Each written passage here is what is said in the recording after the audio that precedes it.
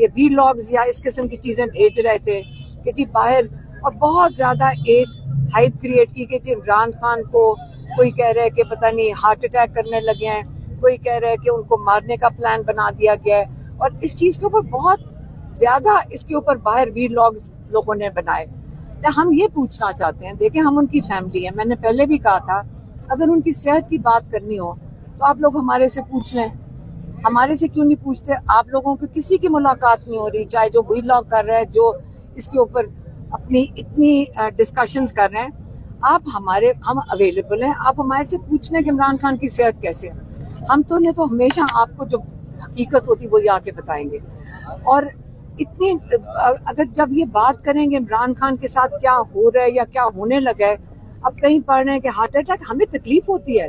ایک جگہ لکھا ہوا ہے عمران خان کو ختم کر دیا جائے گا، اس کے بعد اسٹیبلشمنٹ کا پلان بھی بتا رہے ہیں۔ یہ آپ ہمارا خیال کریں۔ عمران خان کیا کہتے ہیں آگے سے؟ جب ہم ان کو یہ بات کرتے ہیں آگے سے عمران خان کہتے ہیں میری